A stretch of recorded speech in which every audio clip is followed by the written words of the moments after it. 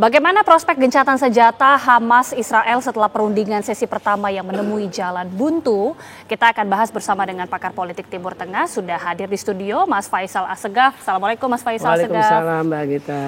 Mas, kita sudah lihat ya, ini sudah menemui jalan buntu. Tapi apa sebenarnya yang menjadi pemicu alotnya pembahasan soal gencatan senjata antara Hamas dan juga Israel ini? Sebenarnya ada 3 substansi yang diminta oleh Hamas sejak awal untuk sebelum sampai kepada pertukaran tawanan. Karena intinya gencatan senjata ini kan yang dimau oleh pihak Israel itu kan sandera dilepas. Baik dalam keadaan hidup maupun yang sudah tewas ya. Itu yang pertama adalah Hamas minta Israel menghentikan agresi. Itu dalam draft yang tidak resmi yang beredar 4 Juli itu Israel akan menghentikan serangan udara selama 10 sampai 12 jam per hari. Terus yang kedua adalah penarikan semua pasukan Israel dari Gaza. Yang ketiga masuknya bantuan kemanusiaan tanpa batas, karena kan memang ini sudah sangat darurat dan bencana kemanusiaan, dan itu yang tidak pernah dimaui oleh Israel. Artinya proposal gencatan senjata yang disampaikan oleh Amerika itu adalah untuk kepentingan Israel. Karena sedari awal sudah ada pembebasan sandera. Itu menurut draft yang tidak resmi itu ada 28 dari 58 sandera yang datanya versi Israel. Itu 10 sandera hidup dan 18 yang sudah tewas. Itu harus dibebaskan di hari pertama, hari ke-7, hari 30, 50 dan 60. Jadi memang di awal gencatan senjata ini sebenarnya ya memang untuk kepentingan Israel, karena tekanan terhadap Perdana Menteri Israel Benyamin Netanyahu adalah membebaskan sandera. Kalau kita berkaca pada pengalaman gencatan senjata pada November 2023, kemudian juga 19 Januari, itu kan dari awal sudah ada pembebasan sandera. Setelah itu Israel sudah merasa istilah sandera-sandera itu sudah dibebaskan, mereka bisa memulai lagi kembali perang. Jadi saya berharap sih sebenarnya Hamas tidak mengulangi dua kesalahan sebelumnya. Jadi sebelum 3 poin penting itu dipenuhi oleh Israel, agresi dihentikan, semua pasukan ditarik dari Gaza, kemudian bantuan kemanusiaan bisa bebas masuk ke Gaza melalui Badan PBB dan Palang Merah Palestina, baru berbicara tentang gencatan senjata. Oke, salah satu tentang yang pertukaran sandera maksud saya. Salah satu yang tadi dibilang oleh Mas Faisal adalah mengenai pembebasan sandera. Ini salah satu yang kemudian difokuskan oleh Israel. Tapi bagaimana juga dengan poin Hamas yang mengatakan supaya Israel ini segera menarik seluruh pasukannya. Bagaimana Israel merespons ini karena tidak menemui jalan terang mengenai pembahasan ini? Ya sebenarnya sejak serangan 7 Oktober 2023 kemudian meletupkan perang Gaza ini membuat pandangan Hamas maupun Israel berubah.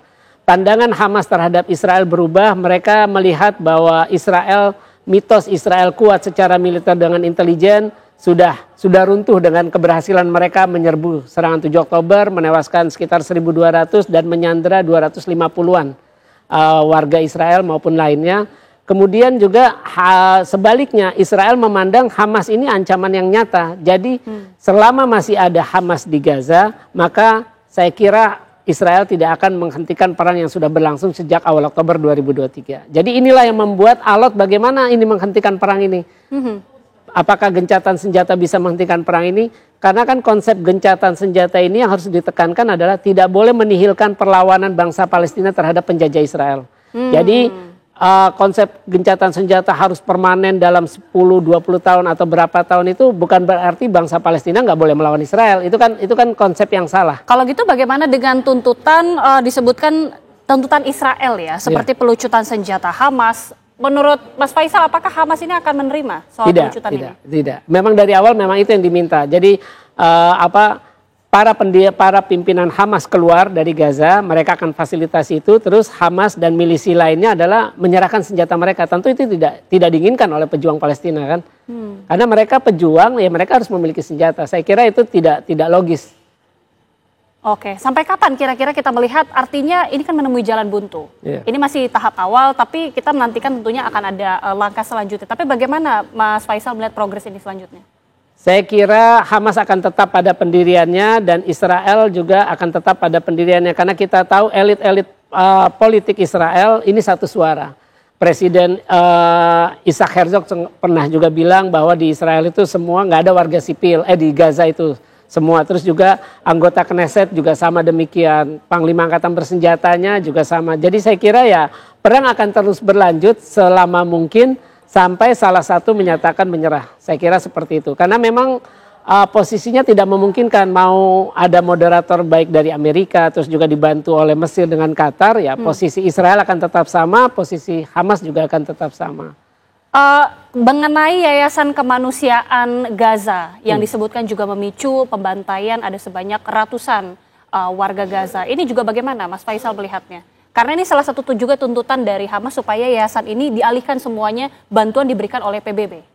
Ya, ini memang dari awal Trump juga tidak setuju dengan UNRWA. Mereka merasa UNRWA itu sangat membela, sangat pro Hamas. Makanya mereka akhirnya dengan unilateral membentuk yayasan Gaza Humanitarian Foundation. Itu sebenarnya seperti badan swasta, diisi oleh agen-agen swasta dari Amerika, dibantu oleh Israel, dan kenyataannya itu seperti jebakan. Ketika warga Gaza datang mengantri, mereka ditembaki.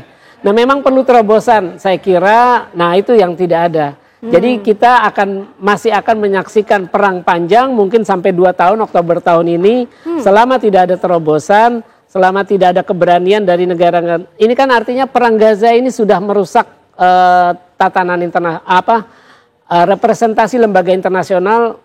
Pamor PBB sudah runtuh karena mereka tidak bisa apa-apa. Dewan Keamanan juga tidak bisa mengeluarkan sanksi politik, militer atau ekonomi terhadap Israel yang sudah terbukti. Padahal terbuktinya juga oleh badan PBB kan. ICJ bilang Mahkamah Internasional Israel melakukan genosida di Gaza. ICC juga di bawah PBB, Mahkamah Pidana Internasional bilang Netanyahu dengan mantan Menteri Pertahanan Yoav Gallant adalah penjahat perang di Gaza. Artinya itu sebenarnya sudah cukup untuk bagi dunia untuk bertindak bagaimana merespon itu. Tapi kenyataannya kan rata-rata ya dengan dukungan Amerika, Israel bisa melanggar semua itu. Kan hari Senin ini kemungkinan PM Israel Benjamin Netanyahu ini akan bertemu dengan Presiden Amerika Serikat Donald Trump. Dan juga nanti akan membahas bagaimana peluang gencatan senjata. Mengingat Donald Trump sendiri menginginkan gencatan senjata untuk terjadi. Bagaimana peluang gencatan senjata ini setelah pertemuan nanti menurut Mas Faisal? Saya kira itu masih tipis ya. Terakhir bulan Mei Trump berjanji kepada Hamas kalau Idan Alexander, tentara tentara Israel juga berpaspor Amerika dibebaskan, maka akses bantuan kemanusiaan akan dibuka seluas-luasnya. Kenyataannya itu tidak terjadi. Saya kira Hamas akan tetap pada pendiriannya karena mereka sudah belajar dari 2 kesalahan yang mereka 3 malah dengan Mei, bahwa mereka percaya dengan proposal Amerika, mereka percaya dengan Trump atau Netanyahu. Kenyataannya kan Netanyahu hanya untuk kepentingan mereka, proposal gencatan senjata yang diajukan Amerika hanya untuk kepentingan Israel. Saya kira ini akan masih lama perang, bisa sampai 2 tahun kalau memang tidak ada salah satu pihak yang mau mengalah dalam hal ini. Karena itu tadi pandangan masing-masing pihak sudah berubah. Buat Hamas ternyata Israel tidak sekuat seperti digembar-gemborkan. Buat Israel ya Hamas adalah ancaman nyata bagi keamanan Israel maupun warganya. Oke, tapi kalau melihat kenapa hingga saat ini Israel masih terus melakukan penyerangan ke Gaza di tengah pembahasan gencatan senjata yang seharusnya berlangsung pada saat ini. Tapi serangan terus secara bertubi-tubi dilancarkan Israel. Karena tidak ada yang bisa menerapkan sanksi. Mereka dengan dukungan Amerika, baik secara politik, ekonomi maupun militer, politik di PBB, Dewan Keamanan bisa memveto. Terus juga secara ekonomi dapat bantuan. Israel itu kan tiap tahun itu sekitar 3,8 miliar bantuan. Nah, perang Gaza itu terakhir sekitar 8 miliar sudah masuk. Terus juga secara tadi ekonomi, terus kemudian militer, politik di Dewan Keamanan, ya Israel bisa melakukan apa saja. Jadi surat perintah penangkapan tidak akan ada yang mau melaksanakan karena kita tahu Trump sudah memberikan sanksi terhadap ICC. Jaksanya sendiri, ketua jaksanya Karim Khan juga dikenai sanksi oleh Amerika karena mengeluarkan surat perintah penangkapan untuk Netanyahu dan Gallant. Nah, itulah yang membuat Israel merasa bebas melakukan apa saja ya karena tidak ada yang bisa menghukum Israel maupun para petingginya. Oke, tapi menurut Mas Faisal apakah Israel ini sebenarnya betul-betul menginginkan adanya gencatan senjata ini? Karena kalau dilihat sepertinya poin-poin ini tidak diakomodir, serangan terus-menerus dilakukan. Apakah ini hanya gimmick saja yang dilakukan oleh Israel atau betul-betul sebenarnya gencatan senjata ini juga diinginkan oleh Israel? Saya kira tidak. Mungkin bagi warga Israel yang ketakutan, bagi keluarga Sandra, mereka sangat menginginkan itu. Tapi untuk Israel sebagai sebuah negara, mereka tidak akan menginginkan itu. Kenapa? Karena mereka ini kan sebagai penjajah pasti tidak ingin kekuasaan mereka dirongrong, kekuasaan mereka terancam. Nah, Hamas dengan serangan 7 Oktober sudah mengancam mereka. Israel ini kan belajar dari kesalahan bagi elit-elit Israel, termasuk Perdana Menteri Netanyahu. Keputusan Perdana Menteri Ariel Sharon pada Agustus 2005 ketika mundur dari Gaza, semua permukiman Yahudi di Gaza dirombak, pasukan dikeluarkan dari Gaza. Ternyata itu sebuah kesalahan karena setahun kemudian Hamas menjadi kuat, menang dalam pemilihan parlemen 25 Januari 2006 dan kemudian bisa berperang sampai sekarang perang kelima dan Hamas masih kuat. Saya kira Netanyahu nggak mau mengulang kesalahan itu. Dan Netanyahu kalau mau diingat, Netanyahu adalah orang yang menentang keputusan Sharon untuk secara unilateral mundur dari Gaza. Jadi saya kira Netanyahu nggak akan mengulangi kesalahan Sharon.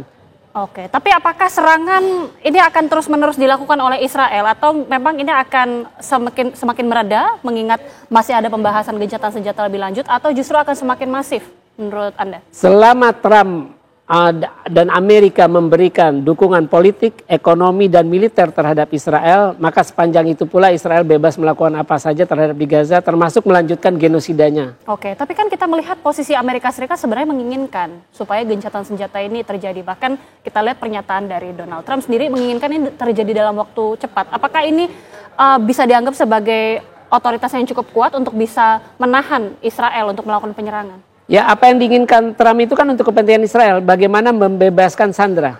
Tapi bagaimana kelanjutan nantinya setelah semua sandera bebas, ya saya kira itu akhirnya bergantung kepada Netanyahu. Apakah Netanyahu akan melanjutkan penguasaan terhadap Gaza atau dia mundur setelah semua sandera enggak? Kalau saya kira sih itu tetap akan diteruskan oleh Netanyahu karena sedari awal kan dia sudah punya 3 tujuan perang Gaza. Menghabisi Hamas dengan seluruh milisi di Gaza, kemudian membebaskan semua sandera, kemudian adalah mendemilitarisasi Gaza. Gaza bebas dari kelompok bersenjata. Bahkan kan kita tahu idenya ada pengosongan Gaza dan itu pun didukung oleh Trump. Saya kira apapun proposal gencatan senjata yang disampaikan oleh Amerika tentu untuk kepentingan Israel, bukan untuk kepentingan Palestina. Karena jangan lupa, gencatan senjata itu bukan berarti Palestina, Gaza itu bebas dari penjajahan Israel. Gaza maupun tepi barat kan tetap. Operasi keamanan di tepi barat juga berlangsung terus oleh Israel di saat mereka melakukan genosida di Gaza, tapi mereka juga melakukan operasi keamanan di tepi barat. Jadi masyarakat jangan terkecoh bahwa gencatan senjata itu adalah membuat rakyat Palestina itu seolah-olah bebas dari penderitaan. Padahal mereka tetap berada dalam kungkungan penjajahan Israel. Oke, kita akan lihat bagaimana perundingan selanjutnya. Tapi terima kasih sekali lagi Mas Faisal Assegaf, pakar politik Timur Tengah sudah bergabung bersama kami. Sehat selalu.